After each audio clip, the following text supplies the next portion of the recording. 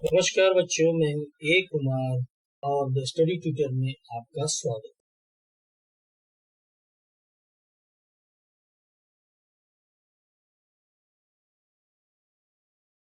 Today we are going to learn the meaning and fundamentals of double entry bookkeeping।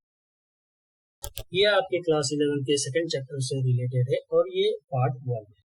इसमें मैं आपको double entry book keeping system के बारे में बताऊंगा। तो आइए दोस्तों, हम लोग आगे बढ़ते हैं और double entry book keeping system के बारे में जानते हैं।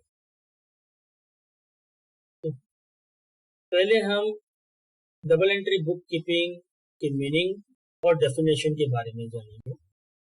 ठीक है, तो यहाँ पे जो उसका मीनिंग है वो मीनिंग क्लियरली दिया गया है कि double entry book keeping system is the most scientific method of recording all monetary transactions in the books of account. अब ये मोस्ट साइंटिफिक मेथड क्यों है, ये जब जैसे जैसे हम आगे बढ़ेंगे इस चैप्टर में हमें क्लियरली समझ में आता जाए।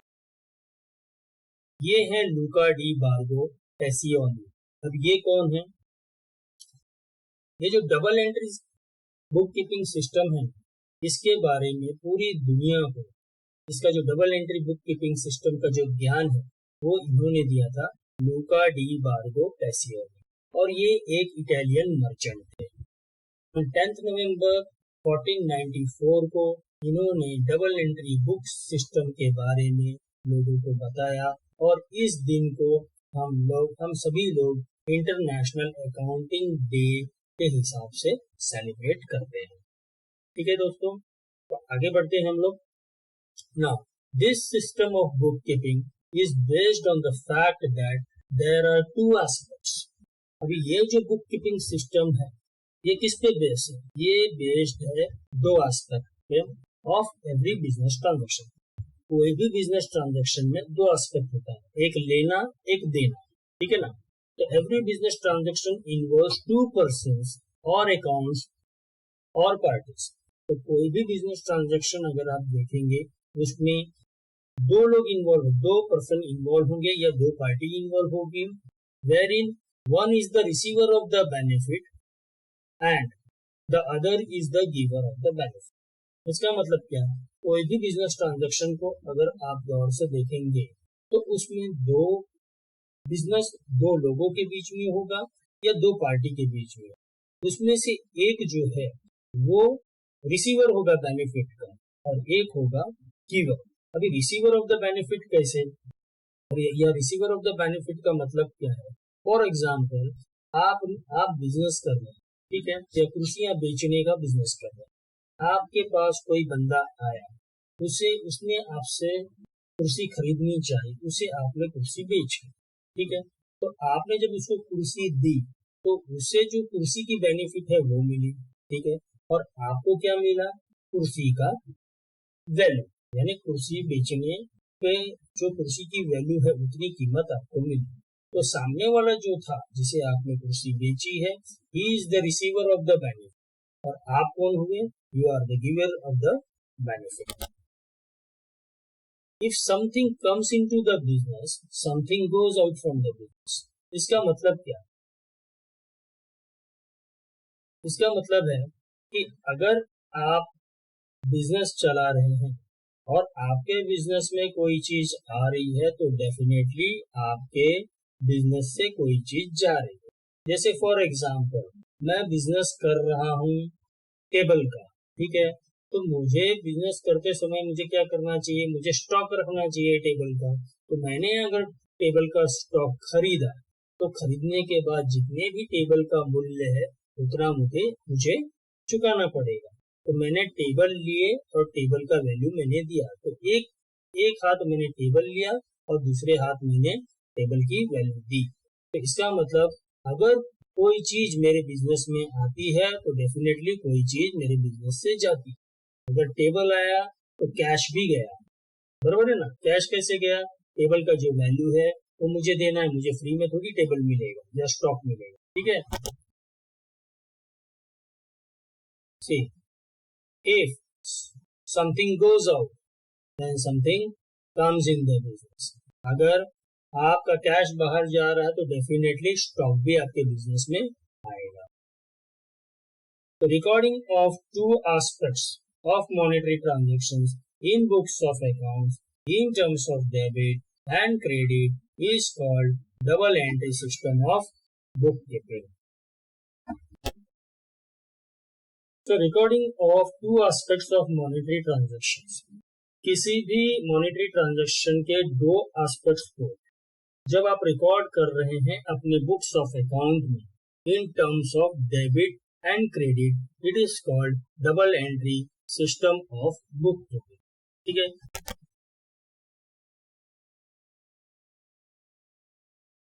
According to modern approach, every business transaction is concerned with assets, liabilities, capital, expenses and income.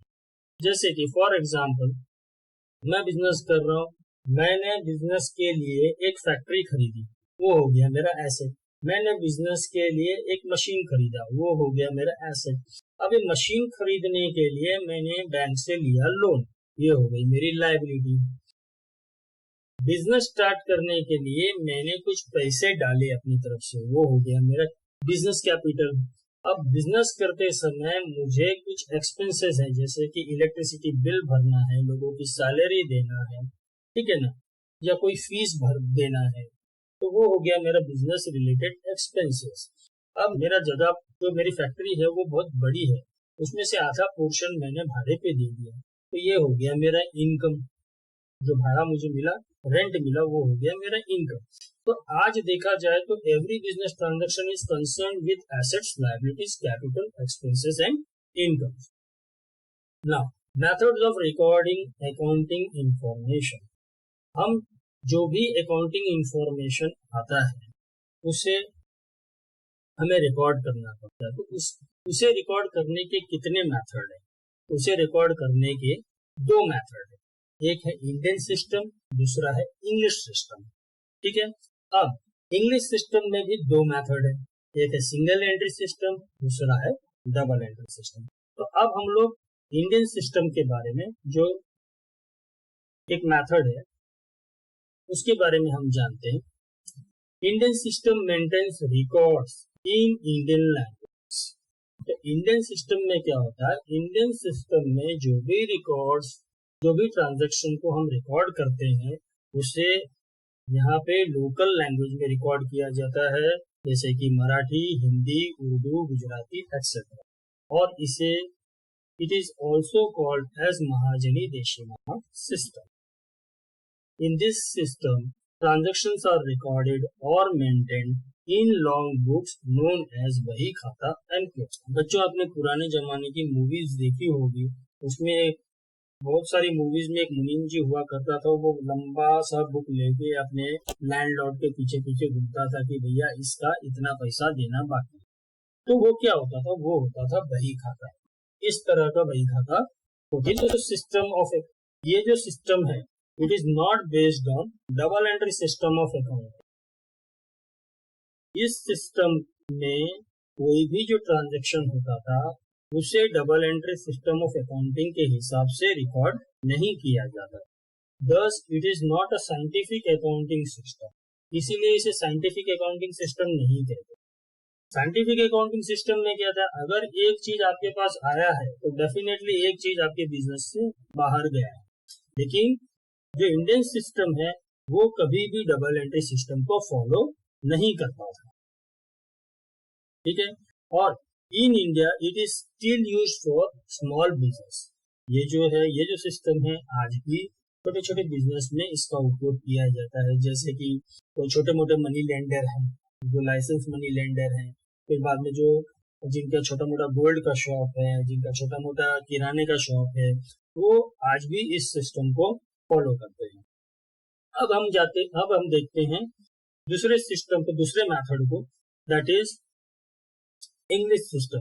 अब इंग्लिश सिस्टम में दो और मेथड है, एक है सिंगल एंट्री सिस्टम और दूसरा है डबल एंट्री सिस्टम, ठीक है बच्चों।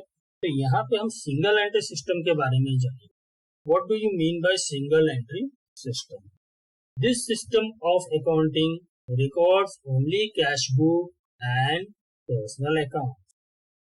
मतलब क्या, ये जो सिस्टम था, इस सिस्टम में वही ट्रांजैक्शंस को रिकॉर्ड किया जाता था जो आपके कैश बुक में रिलेटेड है या फिर आपके पर्सनल अकाउंट से रिलेटेड है। It is unscientific method and also known as incomplete recording system. ये साइंटिफिक मेथड नहीं है और ये इनकम्प्लीट रिकॉर्डिंग सिस्टम है, because it changes with the convenience of business for recording transactions. क्यों ये साइंटिफिक और इनकम्प्लीट रिकॉर्डिंग सिस्टम है?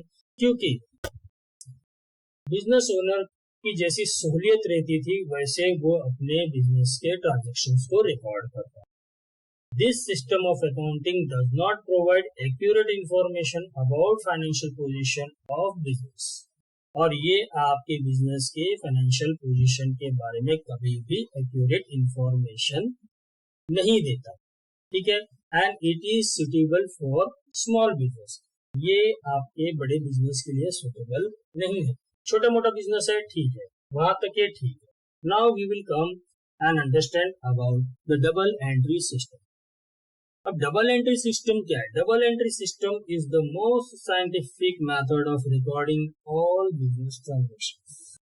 डबल एंट्री सिस्टम को एक मोस्ट साइंटिफिक मेथड समझा जाता है जिसमें आप आपके बिजनेस ट्रांजैक्शंस को रिकॉर्ड कर रहे हैं आपके books of account. Under this system double और two fold effects of each transaction is record. अब ये साइंटिफिक मेथड क्यों है? साइंस में ये कहा जाता है कि every action has equal and opposite reaction, ठीक है। तो उसी तरह से इस सिस्टम में डबल या फिर टू फोल्ड इफेक्ट्स ऑफ जो ट्रांजैक्शन के टू फोल्ड इफेक्ट्स है उसे रिकॉर्ड किया जाए। जैसे मैंने आपको पहले कहा कि आपका अगर बिजनेस है, आपके बिजनेस में अगर एक चीज आ रही है तो डेफिनेटली एक चीज जाएगी। आपके बिजनेस में माल आ रहा है तो आपको माल का पैसा देना है, माल आपके पास आया, पैसा बाहर है। According to double entry book system, one account is to be debited. मैंने आपसे पहले ही कहा था कि डबल एंट्री बुक सिस्टम में एक अकाउंट आपको डेबिट करना है तो दूसरा अकाउंट आपको क्रेडिट करना है, लेकिन वो भी कैसे? इक्वल अमाउंट से। अगर आपने डेबिट किया है 5,000 का तो आपको क्रेडिट भी करना होगा 5,000। कैसे, मैं बताता हूँ। हर बार मैं आपको एक ही एग्जांपल दे रहा हूँ, अभी भी वही एग्जांपल दूंगा जिससे आप क्लियरली इस चीज को समझ सकेंगे। ठीक है, मैं वॉच का बिजनेस, मेरे पास हर तरह के वॉचेस है, लेकिन मैंने क्या वो वॉचेस बनाए हैं? नहीं, मैं किसी मैन्युफैक्चरर से वो वॉच खरीदता हूँ। अलग अलग मैन्युफैक्चरर से अलग अलग स्टाइल के वॉचेस मैं खरीदता हूँ, ठीक है। तो जो वॉचेस मैं खरीदता हूँ उसकी कुछ वैल्यू होगी, ठीक है। फॉर एग्जाम्पल मैंने मिस्टर ए से 5,000 के वॉचेस लिए तो मेरे पास से 5,000 गया भी, तो अमाउंट हमेशा इक्वल होगा। अगर मैं 5,000 की चीज ले रहा हूँ तो पैसे में 4,000 नहीं दूंगा। तो इसी हिसाब से according to double entry book system, according to double entry book keeping system, one account is to be debited and another account is to be credited with equal amount, ठीक है। अब ये साइंटिफिक मेथड क्यों है? मैंने आपसे पहले कहा था कि साइंटिफिक मेथड क्यों है ये हम बाद में समझेंगे। हम साइंस में कहते हैं कि every action has an equal and opposite reaction, उसी तरह से every debit has an equal and corresponding credit of the same amount is the basic principle of double entry system. Basic principle क्या है double entry book keeping system का? Every debit has an equal and corresponding credit of the same amount, ठीक है बच्चों। इसीलिए this is the most scientific method of recording all business transactions in the books of accounts.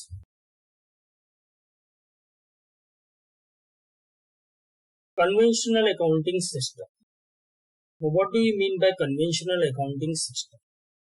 ये based होता है tradition पे, या जो नॉर्मल प्रैक्टिस फॉलो होता है, या फिर जो जनरल बिलीफ है। तो conventional accounting system is based on practicability. जो प्रैक्टिस मतलब सभी लोग जो प्रैक्टिस कर रहे हैं वही उस ग्रुप में रहने वाला बंदा भी उसी को फॉलो करेगा, ठीक है। तो conventional accounting system is based on practicability. Accounting convention means rules which by common agreement are used in accounting. Accounting convention क्या है? It is rule, जिस मतलब एक कॉमन एग्रीमेंट से एक रूल बनाया गया है जिसे लोग फॉलो कर रहे हैं और अकाउंट्स लिखने में उसका यूज कर रहे हैं. However, there is no clear information of rules between concepts and convention. Indian system of accounting is example of conventional accounting. यहाँ पे एक रूल बना दिया गया है, उसके हिसाब से अकाउंट्स लिखा जाता है. This system does not follow principle of double entry system. ये सिंगल एंट्री सिस्टम और जो छोटे मोटे बिजनेस के लिए है उसी की मैं बात कर रहा हूँ. बड़े बिजनेस के लिए ये सिस्टम नहीं है कन्वेंशनल अकाउंटिंग सिस्टम. इसमें जो बिलीफ होता है, जो ट्रेडिशन चला आ रहा है बीते जमानों से, उसी को फॉलो कर रहे हैं और लोगों ने एक अपना ही रूल बना दिया है. उस रूल को फॉलो करते हैं और उस रूल के हिसाब से वो लोग अकाउंट्स लिख रहे हैं. जैसे दादा परदादा के हिसाब से जमाने से जो चला आ रहा है उसी को हम लोग फॉलो कर रहे हैं. ऐसे जो लोग अकाउंटिंग सिस्टम को फॉलो करते हैं उसे कहते हैं conventional accounting system. Indian system of accounting is the example of conventional accounting. This system does not follow principles of double entry system. It is incomplete system of recording the business transaction.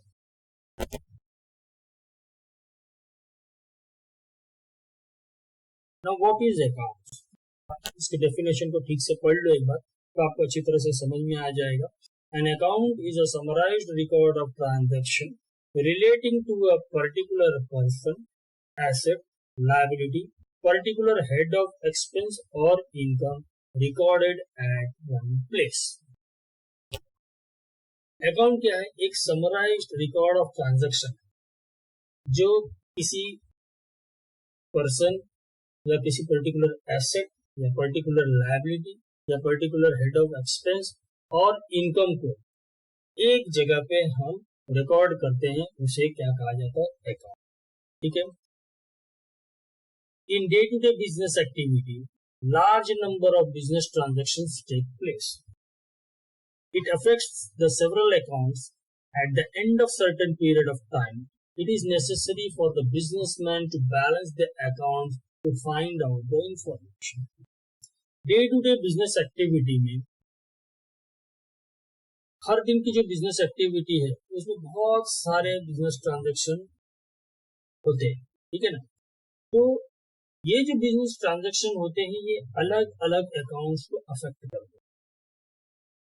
तो एक समय के बाद businessman के लिए ये बहुत जरूरी हो जाता है कि वो इन अकाउंट्स को बैलेंस करे और हर एक अकाउंट का इंफॉर्मेशन जाने. फॉर एग्जाम्पल, मिस्टर ए और मिस्टर बी ये दोनों बिजनेस कर रहे हैं, दोनों सेम माल का बिजनेस कर रहे हैं. ठीक है. तो कभी कभी बी के पास अगर माल नहीं होता है तो वो ए से माल ले लेते हैं और ए के पास कभी माल नहीं होता है तो बी से माल. तो ये ऐसा जो ट्रांजैक्शन है वो कई बार होता है बिजनेस में. तो एक साल के पीरियड में जब एक साल हो जाता है, ठीक है, तो एक साल के पीरियड में दोनों को ये हिसाब करना पड़ता है या अकाउंट को बैलेंस करना पड़ता है कि मैंने ए को ये इंफॉर्मेशन जाननी होती कि उसने बी से कितने माल लिए और कितने का माल उसने दिया. उसी तरह से बी को भी ये इंफॉर्मेशन जानना होता है कि उसने ए से कितना माल लिया और ए को कितना माल दिया.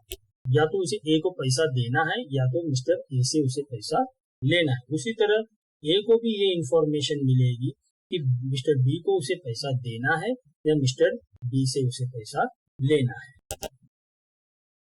अब देखो, in day to day business activity large number of business transaction takes place. It affects the several accounts at the end of certain period of time. It is necessary for the businessman to balance the accounts to find out the information like total capital, total liabilities and assets, total incomes and expenses etc. of the business. किसी भी business में हर दिन अनगिनत transaction होते हैं. ठीक है. और ये जो ट्रांजैक्शंस होते हैं ये अलग अलग अकाउंट्स पे इसका इफेक्ट पड़ता है, ठीक है। तो कुछ समय के बाद हर बिजनेसमैन को ये जानना बहुत जरूरी हो जाता है कि उसके पास टोटल उसने कैपिटल कितना लगाया, उसकी टोटल लायबिलिटीज कितनी हैं, उसके पास एसेट्स कितने हैं, उसके इनकम कितने हैं, उसने कितने खर्चे किए हैं, ताकि वो ये जान सके कि उसे आगे क्या करना है। तो ये सब चीजें वो कब कर सकता है, जब वो अपने अकाउंट्स को बैलेंस करेगा, ठीक है। तो definition of account, what do अभी डेफिनेशन क्या है अकाउंट का? According to G.R. Bartleby, an account is summarized record of transactions affecting one person, one kind of property, or one class of gain or loss. And according to Carter, it is an account is a ledger record in a summarized form of all transactions that have taken place with the particular person or thing specified. ठीक है। Now classification of accounts. अब accounts कितने type के हैं? एक है personal accounts और दूसरा है इम्पर्सनल। अब हम जानेंगे पर्सनल अकाउंट के बारे में, ठीक है। Personal account, these account represents a person and group of persons with whom business deals. ये अकाउंट एक पर्सन को रिप्रेजेंट करेगा या एक ग्रुप ऑफ पर्सन को रिप्रेजेंट करेगा जिससे बिजनेस की डीलिंग होगी, ठीक है, या जो उस बिजनेस के डीलिंग में इन्वॉल्व होगा। These accounts are classified into following 3 categories. इसमें आगे 3 कैटेगरी है, वो कौन से है? तो ये जो पर्सनल अकाउंट्स है ये क्लासिफाइड होती है आगे 3 कैटेगरी। वो क्या है? नेचुरल पर्सन्स अकाउंट, सेकंड है आर्टिफिशियल पर्सन्स अकाउंट और थर्ड है रिप्रेजेंटेटिव पर्सनल अकाउंट। अब नेचुरल पर्सन्स अकाउंट क्या है? नेचुरल पर्सन्स अकाउंट से आपको क्लियरली पता चल गया होगा कि किसी एक इंडिविजुअल, कोई भी अकाउंट अगर किसी एक इंडिविजुअल ह्यूमन बीइंग से रिलेटेड है उसे हम नेचुरल पर्सन्स अकाउंट कहते हैं। जैसे कि mister Kumar account, mister Rishabh account, यहाँ पे देखिए लिखा है clearly accounts relating to individual human beings, for example Rajesh account, Sumit account, Sushma account, Vaibhav account etcetera. तो ये हो गया नेचुरल पर्सन्स अकाउंट, यानी एक नेचुरल ह्यूमन बीइंग है उसके अकाउंट से ये रिलेटेड है, इसलिए हम उसे नेचुरल पर्सन्स अकाउंट कहते हैं। दूसरा है आपका आर्टिफिशियल पर्सन्स अकाउंट। अब आर्टिफिशियल पर्सन्स अकाउंट मतलब क्या? किसी ने आर्टिफिशियल इंसान को बनाया है? नहीं। Artificial persons means includes accounts of organizations, associations which are created by law. For example, Bank of Maharashtra account, ABC and Company account, Recreation Club. Artificial person means includes accounts of organization, association which are created by law. अब ये जो account है ये law create करता है, जैसे company law, banking law, ठीक है। जैसे कि bank of Maharashtra account, ABC and company account, recreation club account, इस तरह का जो भी अकाउंट है इसे हम आर्टिफिशियल पर्सन्स अकाउंट कहते हैं and this is created by law. Third है आपका रिप्रेजेंटेटिव पर्सनल अकाउंट। अब रिप्रेजेंटेटिव पर्सनल अकाउंट का मतलब क्या है? These accounts represent a certain person or group of person in business dealing. अभी ये जो अकाउंट है ये किसे रिप्रेजेंट करेगा? सर्टेन पर्सन को या ग्रुप ऑफ पर्सन को जो बिजनेस डीलिंग में है, ठीक है। Accounts relating to outstanding and prepaid items. Outstanding मतलब क्या? जो मुझे देना था लेकिन अभी भी बाकी है, मैंने दिया नहीं, ठीक है। वो एक्सपेंसेस जो मुझे देना था लेकिन आज करंट डेट में भी मैंने उसे दिया नहीं है, उसे हम आउटस्टैंडिंग कहते हैं। प्रीपेड आइटम्स, यानी आपको पता होगा कि मार्केट में प्रीपेड कार्ड भी मिलते हैं और पोस्टपेड कार्ड भी। प्रीपेड का मतलब होता है पहले आप पैसा भरेंगे, बाद में उसके सर्विसेज को आप यूज करेंगे। पोस्टपेड क्या है कि आप सर्विसेज यूज करेंगे और जब बिल आएगा आपने इतने का सर्विस यूज किया है उसके बाद में आप पेमेंट करेंगे। तो प्रीपेड आइटम्स और आउटस्टैंडिंग ये दोनों क्या है, ये these are the representative personal account, मतलब उस पर्टिकुलर इंसान के ये आउटस्टैंडिंग और प्रीपेड आइटम्स, ठीक है, इसलिए इसे क्या कहा जाता है, representative personal account. For example outstanding rent account, rent मुझे भरना था लेकिन अभी भी बाकी है। इनकम रिसीव्ड इन एडवांस, मुझे जो इनकम 6 महीने बाद मिलना था या 3 महीने बाद मिलना था वो अभी ही मुझे इसी वक्त मुझे मिल गया है उस इंसान से, ठीक है, या उस पर्सन से। Prepaid wages account, prepaid wages account यानी सामने वाले का जो पगार था, ठीक है, वो मुझे 1 महीने बाद देना था लेकिन उसे मैंने अभी ही दे दिया, इसी वक्त दे दिया, 1 महीने पहले ही दे दिया, ये हो गया प्रीपेड वेजेस अकाउंट। तो ये सारे जो हैं अकाउंट्स ये हैं रिप्रेजेंटेटिव पर्सनल अकाउंट। तो आपने अभी क्या सीखा पर्सनल अकाउंट के बारे में। पर्सनल अकाउंट 3 टाइप्स के होते हैं, एक नेचुरल पर्सन्स अकाउंट, एक आर्टिफिशियल पर्सन्स अकाउंट और तीसरा है रिप्रेजेंटेटिव पर्सनल अकाउंट। ये सारे आपके पर्सनल अकाउंट्स के हेड के अंदर ही आएंगे। दूसरा है आपका इम्पर्सनल अकाउंट, ठीक है।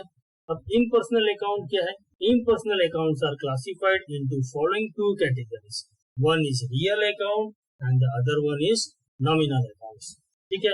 अब इम्पर्सनल अकाउंट्स 2 कैटेगरी में डिवाइड हुए, एक है रियल अकाउंट्स और दूसरा है नॉमिनल अकाउंट। रियल अकाउंट्स में क्या है, अब हम खाली रियल अकाउंट्स के बारे में जानेंगे, ठीक है। This account represents assets and properties owned by the business. आपके बिजनेस के एसेट और प्रॉपर्टीज से ये अकाउंट रिलेट करता है। The following are the types of real account. इसमें से एक है tangible real account और दूसरा है intangible real account. तो tangible real account क्या है? Tangible real account means the assets and properties which can be seen, touched and felt. Example, machinery account, motor car account, stock of goods account, etc. सीधी बात है, जिस property को और asset को आप अपनी आंखों से देख सकते हैं, हाथों से छू सकते हैं या उसे फील कर सकते हैं, उसे आप टेंजिबल रियल अकाउंट कहते हैं, ठीक है। जैसे कि मशीनरी अकाउंट, मशीनरी को आप आंखों से देख सकते हैं, हाथों से छू सकते हैं और फील कर सकते हैं। Motor account, stock of goods account, stock जो है उसे भी आप आंखों से देख सकते हैं, टच कर सकते हैं और महसूस कर सकते हैं। अब इनटेंजिबल अकाउंट क्या है? Intangible real account means assets which cannot be seen, touched or felt but they can be measured in terms of money. In assets और प्रॉपर्टीज को आप देख नहीं सकते, छू नहीं सकते और फील भी नहीं कर सकते, लेकिन इनकी वैल्यू होती है इन टर्म्स ऑफ, जैसे कि गुडविल, गुडविल अकाउंट। आपने कई लोगों को सुना होगा, मेरे बिजनेस का गुडविल है भाई, मेरे बिजनेस का पेटेंट है, ट्रेडमार्क है, कॉपीराइट है। तो ये सारे क्या है, these are all intangible real account. इन सबको आप आंखों से देख नहीं सकते, हाथों से छू नहीं सकते और फील भी नहीं कर सकते, लेकिन इनकी वैल्यू है इन टर्म्स ऑफ मनी। तो these are intangible real account. तो अभी आपने इम्पर्सनल अकाउंट में रियल अकाउंट्स को आपने समझा। अब हम जानेंगे नॉमिनल अकाउंट के बारे में। What do you mean by nominal accounts? The account of expenses, losses, income and gains are called as nominal accounts. तो बच्चों, आशा करता हूँ कि आपको double entry book keeping system के बारे में समझ गया होगा, उसके मीनिंग समझ गया होगा। अगर ये वीडियो आपको अच्छी तरह से समझ में आ गया हो तो लाइक करना ना भूलिएगा और मेरे चैनल को आप सब्सक्राइब कीजिए ताकि आपको और भी अपडेट्स अकाउंट्स पे मिलते रहे। So stay home, stay safe and start learning. Take care. Bye.